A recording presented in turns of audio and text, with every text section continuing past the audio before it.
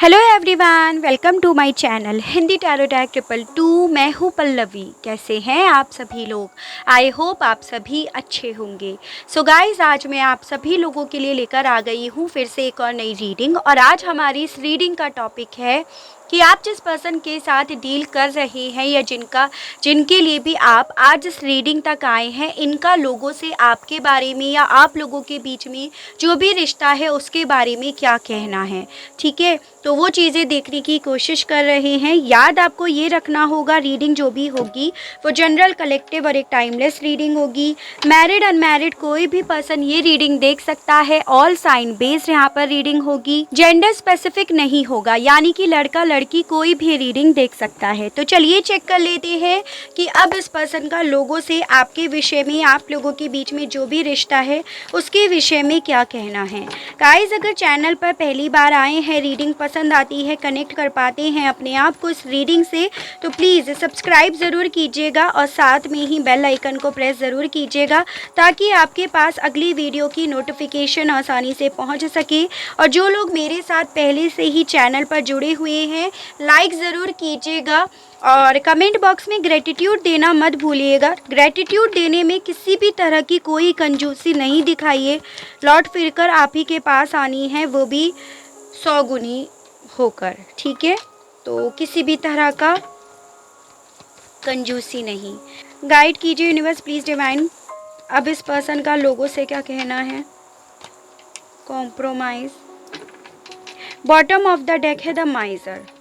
बड़े कंजूस किस्म के इंसान हैं आपके जो भी पर्सन हैं, यानी कि चाहे फीलिंग्स को एक्सप्रेस करना हो उस मामले में कह दो, पैसों को खर्च करना हो उस मामले में कह दो, बड़े मतलब कंजूसी बहुत ज़्यादा दिखाते हैं हर चीज़ में। ये चीज़ें मुझे बहुत ज़्यादा दिख रही हैं। अभी तक जो मेजरली एनर्जीज आई हैं वो है कैंसर, पाइसेस एंड स्कॉर्पियो, कर्क, मीन एंड वृश्चिक राशि, जेमिनाई, लिब्रा एंड एक्वेरियस, मिथुन, तुला एंड कुंभ राशि, and taurus, Virgo and Capricorn, वृषभ, कन्या एंड मकर राशि। यहाँ पर नंबर 6 आपके लिए इम्पॉर्टेंट दिख रहा है, यानी कि जून मंथ जो आपसे किसी न किसी तरह से जुड़ा हुआ है। ठीक है, एंजल ऑफ स्ट्रेंथ गाइड कीजिए, बताइए इनका लोगों से क्या कहना है। Envy, adjacent possibilities and bottom of the deck है वॉकिंग अवे। देखिए, सबसे पहली चीज़ तो मुझे यहाँ पर ये दिख रही है कि आप जिस पर्सन के लिए रीडिंग देख रहे हैं, मोस्ट ऑफ द टाइम ये अपनी फीलिंग्स ना किसी से एक्सप्रेस नहीं करते। वजह मैंने बताई, काफ़ी कंजूस किस्म के इंसान हैं। यानी कि एक ऐसी सोच दिख रही है इस पर्सन की कि अगर किसी से कुछ बोल भी दिया ना तो वो उसका क्या फ़ायदा उठा ले, उसको क्या बेनिफिट हो जाए, तो वो सोच है इस पर्सन की, ऐसा मुझे दिख रहा है। देखिए, बेसिकली यहाँ पर कुछ ऐसा आप लोगों के बीच में चीज़ें हुई हैं कि ये पर्सन खुद से सेटिस्फाई नहीं रहे, किसी भी चीज़ को लेकर हो आपके साथ, एज एन कि इन्हें कोई ना कोई दिक्कत मन में रही आपके साथ रहकर भी, और इसी रीज़न की वजह से आप लोगों के बीच में मोस्ट ऑफ द टाइम लड़ाई झगड़े रहे, कॉन्फ्लिक्ट्स रहे, चाहे वो छोटी मोटी ही क्यों ना हो, लेकिन आर्ग्यूमेंट्स रहते थे आप लोगों के बीच में। लेकिन यहाँ पर ये भी दिख रहा है कि वो आर्ग्यूमेंट्स ना सॉल्व भी हो जाते थे। जैसे थोड़ा बहुत लंबे, थोड़े देर तक आप दोनों ने एक दूसरे से बात नहीं करी और फिर उसके बाद नॉर्मली यूजुअली चीज़ें सही हो जाती थी, ये एनर्जीज दिख रही है। और अब की बार जो आप लोगों के बीच में फाइटिंग हुई, आर्ग्यूमेंट्स हुए, वो बहुत मेजर हो गया। और उसके बाद बेसिकली इस पर्सन ने आपके साथ उन चीज़ों को डील करने की बजाय, उन्हें सॉल्व आउट करने की बजाय ये वॉक अवे कर गए। ठीक है, तो वो एनर्जीज मुझे दिख रही है, चाहे वजह देखो कोई भी क्यों ना हो, लेकिन मुझे यहाँ पर फाइटिंग दिख रही है आप में से काफ़ी लोगों के बीच में कि एक आर्ग्यूमेंट्स, ऐसा नहीं है कि डंडे चल गए आप लोगों के बीच में, एक मन में एक दूसरे के लिए भरोसा ना होना, उस तरह का आर्ग्यूमेंट, तो वो चीज़ें दिख रही हैं, चाहे किसी और ने ही वो क्रिएट क्यों ना करे हों। और इस बार इस पर्सन ने उन आर्ग्यूमेंट्स को सॉल्व करने की बजाय वहाँ से वॉक अवे करा। और मुझे यहाँ पर ये दिख रहा है कि क्योंकि इस पर्सन को उस वक्त में ना पॉसिबिलिटी नहीं दिख रही थी कि ये उस आर्ग्यूमेंट में आपके सामने सही साबित कर पाएंगे अपने आप को, या फिर ये उस वक्त में ये देख रहे थे कि अगर इन्हें इस रिश्ते में रहना है तो कहीं ना कहीं किसी पॉइंट पर इन्हें भी कॉम्प्रोमाइज़ करना होगा, जो ये करना नहीं चाह रहे थे अपनी साइड से। तो वो एनर्जीज़ मुझे दिख रही है। सवाल है हमारा कि अब इनका लोगों से क्या कहना है। ये तो पास्ट की बातें हैं, सेपरेशन के वक्त की बातें हैं, अब क्या कहना है इनका। बेसिकली ये लोगों से अपनी तरफ से यही बोलते हैं कि इन्हें आपकी आज भी याद आती है, आपके साथ बीते पलों की आज भी याद आती है। वो पल इन्हें आज भी आपके ही दरवाजे पर लेकर चले जाते हैं और इन्हें ऐसा फील होता है कि जैसे इन्हें याद आती है, आपके सपने दिखाई देते हैं, तो उसमें कहीं ना कहीं शायद भगवान ही कोई इन्हें मैसेज देना चाहते हैं, ये कहते हैं। और ये भी कहते हैं कि इसी रीज़न के चलते ये वेट भी कर रहे हैं और इन्होंने बस अपना फोकस कुछ वक्त के लिए अपने काम पर लगा रखा है। ये भी कहते हैं लोगों से कि जो आप लोगों के बीच में फाइटिंग हुई, आर्ग्यूमेंट्स हुए, उसको झेल पाना, उससे डील कर पाने की इनके अंदर वो हिम्मत नहीं है, वो साहस इनके अंदर नहीं है, या ये लड़ कर थक गए हैं, ये अपने आप को सही साबित करके थक गए हैं और अब वो स्ट्रेंथ इनके अंदर नहीं है। इसी रीज़न की वजह से इनके लिए यही सही है कि ये वेट करें और अपने काम पर फोकस लगाए रखें। ये लोगों को ये भी बताते हैं आपकी तरफ से कि आपके अंदर थोड़ी ये दिक्कत थी कि आप ना कंपैरिजन बहुत करते थे। एज एन जैसे होता है कि आप किसी और फ्रेंड से अपने पार्टनर का कंपैरिजन करते हो, या आपकी कोई सिस्टर हैं उनसे अपना कंपैरिजन कर रहे हो, तो ये आपके बारे में ये कहते हैं कि आप ना कंपैरिजन बहुत करते थे और इसी रीज़न की वजह से आप कभी भी इनके साथ रहकर सेटिस्फाई नहीं रहे, या आपको हमेशा से कोई ना कोई कमी लगी रही, आपके मन में ऐसा ही चलता रहा इनको लेकर कि इस रिश्ते में आपको कम मिल रहा है इस पर्सन की साइड से। तो ये बताते हैं लोगों को, भले ऐसा इनकी साइड से हो लेकिन इनकी बात ही हो रही है, तो मैं आपको वही चीज़ें बता रही हूँ। और ये भी बताते हैं इसी रीज़न की वजह से ये रिश्ता ना कलरफुल होने की बजाय धीरे धीरे ब्लैक एंड वाइट की तरफ बढ़ने लगा। एज एन लड़ाई झगड़े होना, कॉन्फ्लिक्ट होना, बेमतलब की बहस होना, तो वो चीज़ें हैं। ये बताते हैं लोगों को कि मतलब जैसे आप फ़ोन पे बात कर रहे हो और ये बेमतलब से आपसे झगड़ रहे हो, आपको पता ही नहीं है कि भाई अभी तो नॉर्मली बात कर रहा था या कर रही थी, सडनली गुस्सा आ रहा है। तो बेसिकली वो इनकी साइड से गुस्सा था और वो इसलिए था कि ये सेटिस्फाई नहीं हो रहे हैं, ये आपका किसी और से कंपेयर कर रहे हैं, या ये इन्हें कुछ कमी लग रही है और लड़ ये रहे हैं, लेकिन ये लोगों को वो चीज़ें आपके ऊपर थोप कर बता रहे हैं। मेरा मतलब ये है, ठीक है। ये भी बताते हैं लोगों को कि आपके साथ ये भी दिक्कत है कि आप ना सब चीज़ों को देखते नहीं हो, यानी कि एक होता है ना कि आप कुछ जितना थोड़ा बहुत आपको नॉलेज है बस उसे देखकर आप तुरंत लग जाते हो कि भाई मेरे साथ ये कॉम्प्रोमाइज़ करना है, तुम्हें यहाँ पे झुककर रहना है, तुम्हें इस तरह से बात को माननी है। आप सब चीज़ों को देखते नहीं हो, आप हालातों को देखते नहीं हो, सामने वाले की मजबूरी को नहीं देखते हो, सामने वाले को समझते नहीं हो। बजाय ये सब चीज़ें करने के आप तुरंत ना फाइट करने लगते हो, तुरंत आप ये चाहते हो कि बस आपको ही नहीं मिल रहा है इस रिश्ते में, बाकी की सबको मिल रहा है। तो ओवरऑल ये बताते हैं लोगों को कि इन्हीं सब चीज़ों के चलते ये इस रिश्ते से दूर हुए हैं, ठीक है।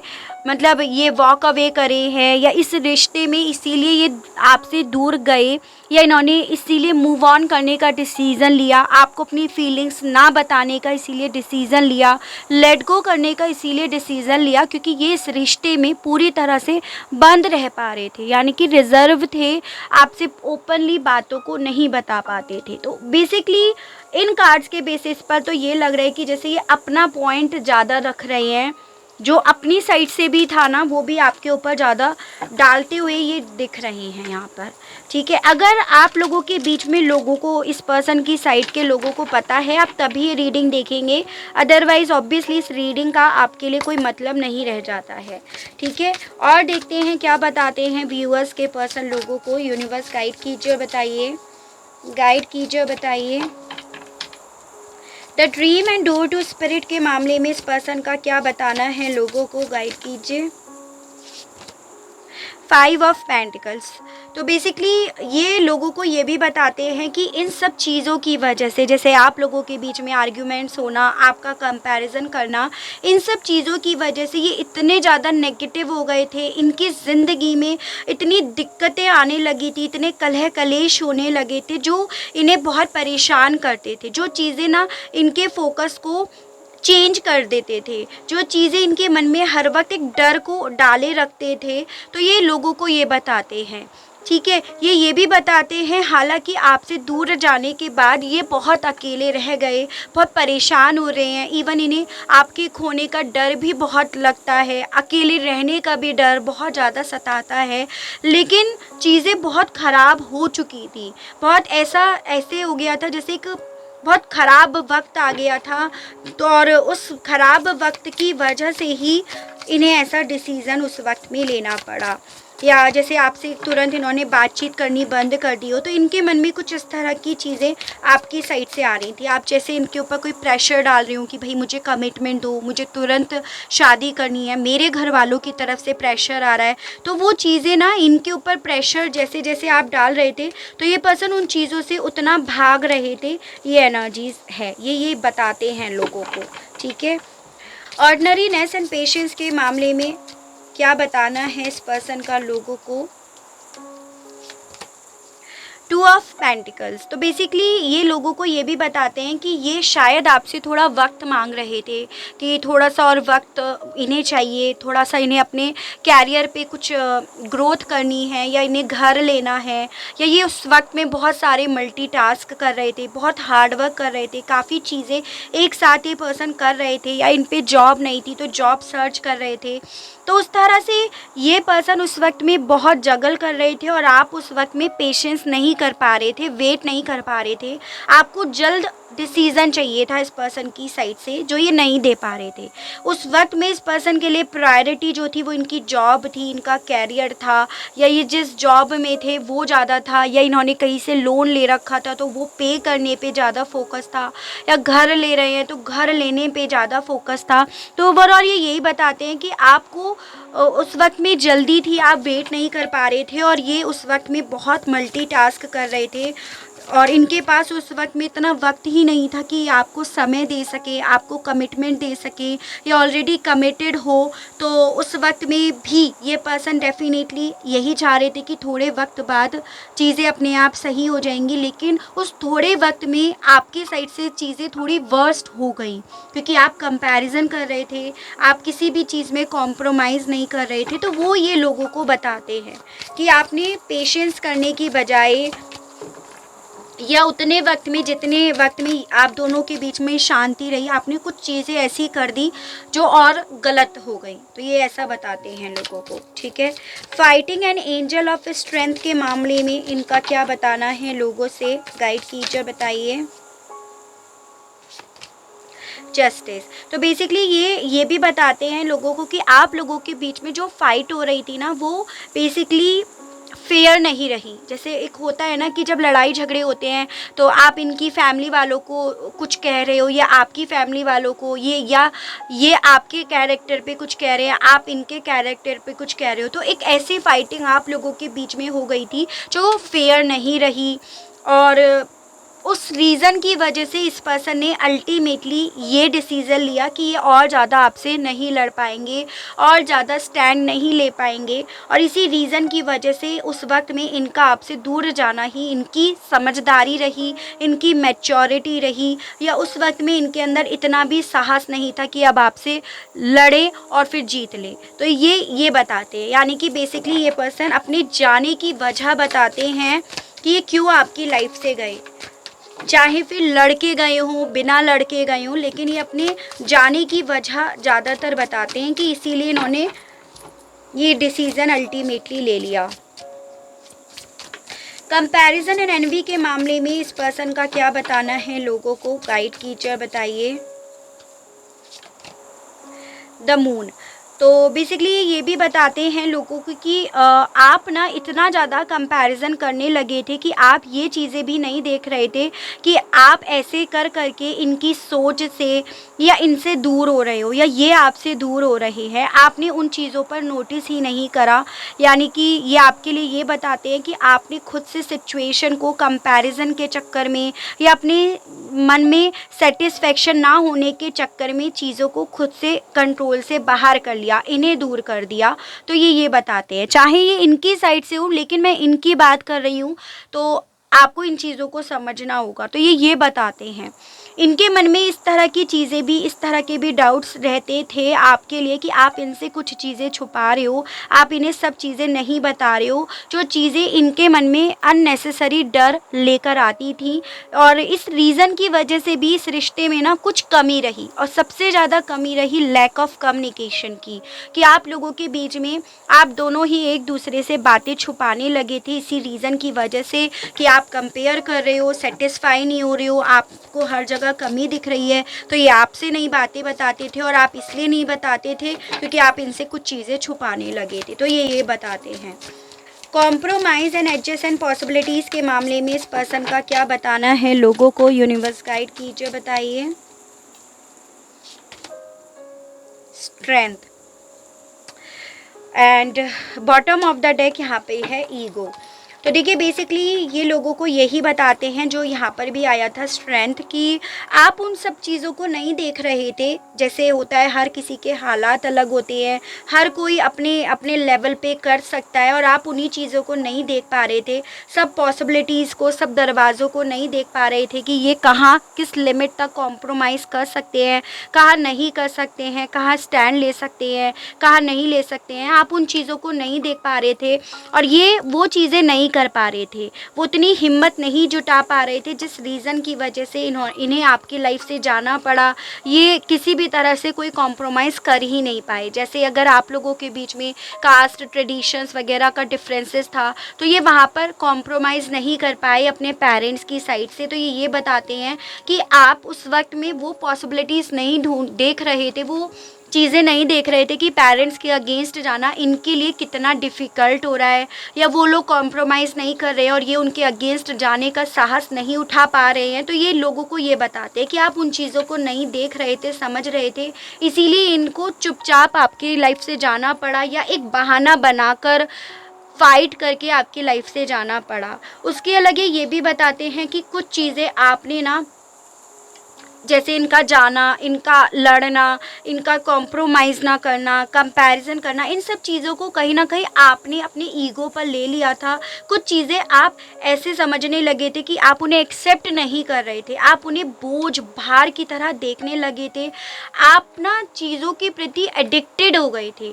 तो वो चीज़ें भी ये बताते हैं कि कहीं ना कहीं आपके ऊपर एक जिद्दीपन, एक ईगो आ गया था, जो चीज़ें ये नहीं उस वक्त में डील कर पा रहे थे उन चीज़ों से। तो इस रीज़न की वजह से ये भागे, आपकी लाइफ से दूर गए। तो ओवरऑल ये पर्सन ना अपने जाने की वजह एक्सक्यूज़ेस बना रही हूँ, आपको ज़्यादा बेहतर पता है क्योंकि वो चीज़ें हम नहीं देख रहे हैं इतनी डिटेल में रीडिंग, लेकिन आपको ज़्यादा बेहतर पता है कि क्या ऐसा था या ये लोगों को ये बता रहे हैं, ये चीज़ें हैं। ठीक है, चलिए सवाल उठता है कि चलो ये तो बताते हैं, लोगों को अपना पॉइंट रखते हैं बेसिकली कि ये क्यों गए, क्या वजह थी, लेकिन ये देखते हैं लोगों का क्या सोचना होता है उस पर जब ये ऐसा बताते हैं लोगों को।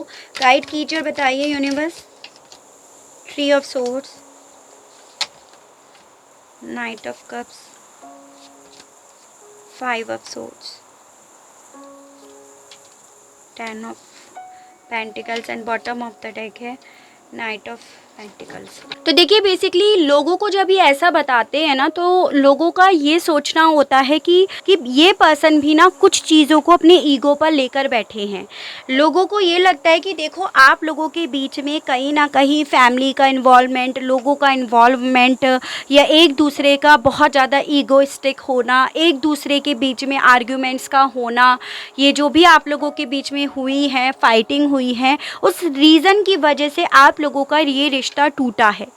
ये लोगों को ऐसा लगता है, यानी कि जब ये बताते हैं ना कि मैं इस वजह से गया, मैं उस वजह से गई, तो ये बताते हैं तो लोग वहाँ पे समझते हैं कि एक्चुअली में आप लोगों के बीच में सेपरेशन इसीलिए आई है क्योंकि आप लोगों के बीच में फैमिली की वजह से या अपने ईगो की वजह से काफ़ी फाइटिंग और आर्ग्यूमेंट्स हुए हैं, जिस रीज़न की वजह से ये एक्चुअली में सेपरेशन हुआ है। उसके अलग लोग ये भी सोचते हैं कि देखो इस वक्त में ये पर्सन ना फीलिंग्स की जगह दिमाग से, लॉजिक से ज़्यादा सोच रहा है या सोच रही है। देखो night of cups and night of pentacles, यानी कि लोगों को ऐसा लगता है जब ये बताते हैं कि ये कुछ चीज़ों को तो डेफिनेटली दिल से देख रहे हैं, जो ये बता रहा है इनकी बातों से कि इनका मन आज भी आप ही में अटका हुआ है, आज भी आप ही की तरफ बढ़ना चाह रहे हैं, और लेकिन ये प्रैक्टिकल होकर दिखा रहे हैं, ये दिखा रहे हैं आपसे दूर जा रहे हैं, लेकिन मन इनका आपकी तरफ करने का है।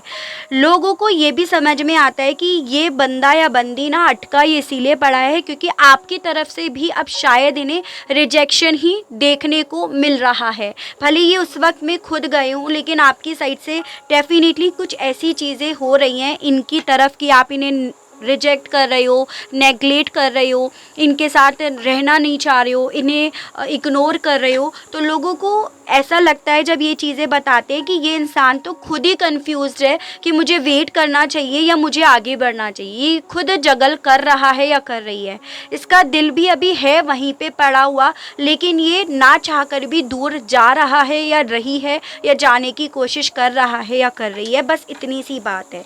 यानी कि लोगों को ये लगता है कि अपने ईगो की वजह से दूर जा तो रहा है या रही है खुद से ऑफ़र ले जाने की बजाय, और वरना इसका दिल अभी तक वहीं पे पड़ा है। तो ऐसा लोगों को लगता है इनका ऐसा बताने से। चलिए अब मोनोलॉजी से देखते हैं कि मोनोलॉजी से क्या पता चलता है इस रिश्ते के विषय में, या ओवरऑल क्या पता चलता है। गाइड कीजिए, बताइए। A time for healing, don't let pride get in your way, confidence is your key to success, and bottom of the deck है step out of your comfort zone। तो बेसिकली ये बोला जा रहा है कि आप लोगों के बीच में जो भी फाइटिंग हुई है ना, उन सब की वजह से आप दोनों ने एक दूसरे को काफ़ी हर्ट तो कर दिया, दोनों ने अपनी ईगो की वजह से इस रिश्ते का सत्यानाश कर दिया, ये बोला जा रहा है। और दोनों ही कहीं ना कहीं अपने ईगो को जिताने की वजह से अपने अपने कंफर्ट जोन में बैठे हुए हो और अपने कंफर्ट जोन से निकल नहीं रहे हो, ऐसा यहाँ पर मोनोलॉजी बता रही है। यानी कि देखो गलती इस रिश्ते में एक तरफ से नहीं हुई, दोनों तरफ से हुई। ताली एक हाथ से नहीं बजी, दोनों हाथ से बची है, और इसी रीज़न की वजह से अगर ये रिश्ता जुड़ना है ना, तो दोनों का जुड़ना, नमस्ते करना है तो डेफिनेटली दोनों का जुड़ना भी बेहद ज़्यादा ज़रूरी होगा। अगर ताली बजी है, लड़ाई हुई है, शोर हुई है, तो भी दोनों का ही रोल था, और अगर इस रिश्ते में जुड़ना है तो भी दोनों का ही रोल होना है। तो ये मोनोलॉजी बता रही है। लेकिन ऐसा इसीलिए नहीं हो पा रहा कि दोनों ही अपनी ईगो को अपने रास्ते में लेकर आ रहे हैं, दोनों ही अपने कंफर्ट जोन से बाहर नहीं निकल रहे हैं। तो इसीलिए आपके लिए एज अ गाइडेंस बोला जा रहा है कि भाई देखो अभी तो यही हो सकता है ज़्यादा से ज़्यादा कि आप एक दूसरे को हीलिंग वाइब्रेशन सेंड करो। उनका आपको नहीं पता है, लेकिन आप तो कर सकते हो, अपने आप को भी हील कर सकते हो और उन तक भी आप हीलिंग वाइब्रेशन सेंड कर सकते हो। तो ये आपके लिए आज की इस रीडिंग में गाइडेंस दी जा रही है, ठीक है। तो आई होप आपको रीडिंग पसंद आई हो, इसके माध्यम से किसी तरह की कोई क्लियरिटी मिली हो, आप अपने आप को इस रीडिंग से कनेक्ट कर पाए हो। अगर रीडिंग पसंद आती है, किसी तरह की कोई क्लियरिटी मिलती है, तो प्लीज़ बताइएगा ज़रूर, और चैनल को लाइक, शेयर एंड सब्सक्राइब ज़रूर कीजिएगा, ताकि आप लोगों के लिए इसी तरह से नई नई रीडिंग्स, नए नए टॉपिक्स मैं लेकर आ सकूं, और हम लोगों का साथ, हम लोगों का प्यार यूं ही बना रहे। आज के लिए बस इतना ही। Okay, bye bye.